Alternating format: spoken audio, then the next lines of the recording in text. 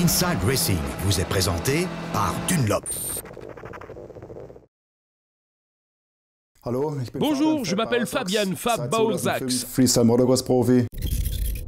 Un motocross freestyler et sa passion. De l'adrénaline pure.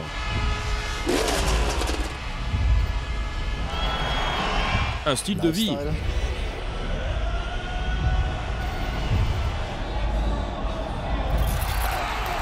De l'action.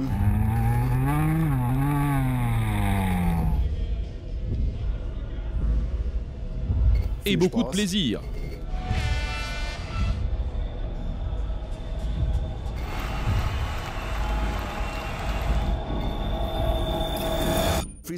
Le motocross freestyle, c'est avant tout pouvoir s'exprimer personnellement comme on le veut. On peut présenter son style de vie et pour chaque figure montrée, chaque pilote a sa propre signature. Le champion allemand se moque de la vitesse. Plus haut, plus loin, plus spectaculaire. C'est tout ce qui compte. Superman, Lazy Boy, Deadman. Ce ne sont pas des super-héros, ce sont les noms des figures. Plus le niveau de difficulté est élevé, plus le pilote encelle engrange de points. Le motocross freestyle a été importé des États-Unis en Europe, voilà plus de 12 ans. J'ai énormément de plaisir à pratiquer ce sport. J'éprouve une grande passion depuis plusieurs années. Et du coup, je suis à fond dedans. En 2010, il remporte le championnat allemand et prend la 8e place du championnat du monde. Sans un bolide spécialement adapté, ces acrobaties seraient impensables. Voilà, nous sommes devant mon outil de travail. La moto à la base est une 250 Suzuki 2 temps. Sur le moteur, tout est d'origine avec quelques petites modifications. C'est faisable comme ici l'échappement spécialement adapté et ici la sortie du silencieux d'échappement, juste pour modifier un peu les caractéristiques de la moto. La principale caractéristique qui la différencie d'une moto de cross normale, c'est le châssis, comme ici, la fourche et la suspension, spécialement adaptés pour pouvoir mieux avaler les énormes sauts et les atterrissages.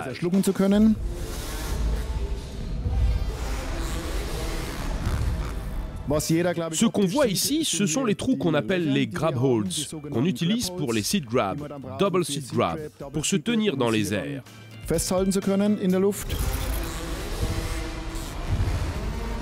Ce qu'on voit bien ici aussi, c'est la selle aplatie. C'est important pour nous, les pilotes, quand on a les jambes qui pendent d'un côté, d'avoir assez de liberté de mouvement à ce niveau.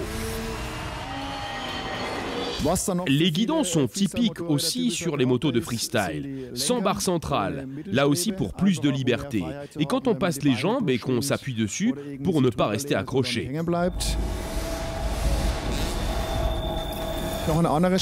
Encore un point spécifique qu'on voit ici à l'avant, c'est l'amortisseur de direction.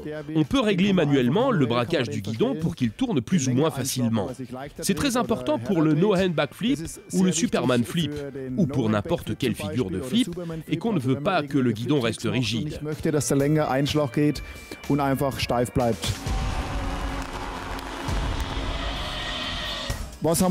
Qu'est-ce qu'on a encore? Oui, on voit plein de choses, les jantes, les rayons, tout bien poli, bien brillant. Ici, on voit encore un trait caractéristique pour moi. Un pont de fourche fait sur mesure, avec des chapeaux très hauts, adaptés à ma taille. Et chaque pilote a ses exigences et ses envies. Du coup, chaque moto est unique. Et cette pièce unique doit être intégralement contrôlée avant chaque représentation. La sécurité a la plus haute priorité. Fabian ne fait aucune exception, bien au contraire.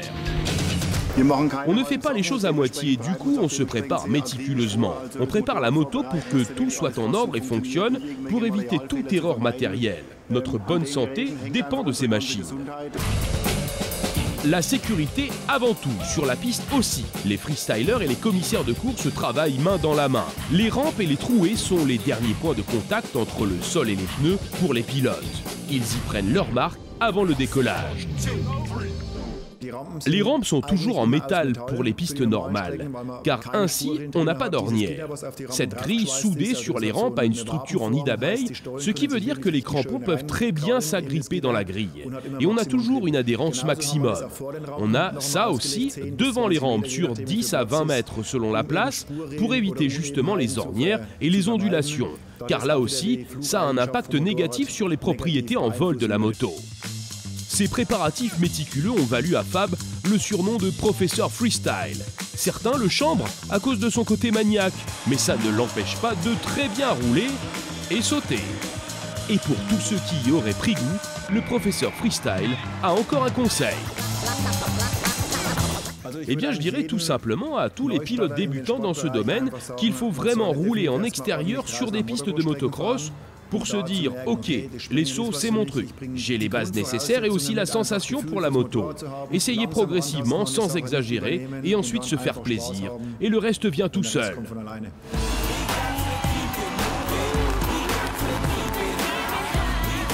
Laissez libre cours aux sensations. Motocross freestyle, seul voler peut être plus beau.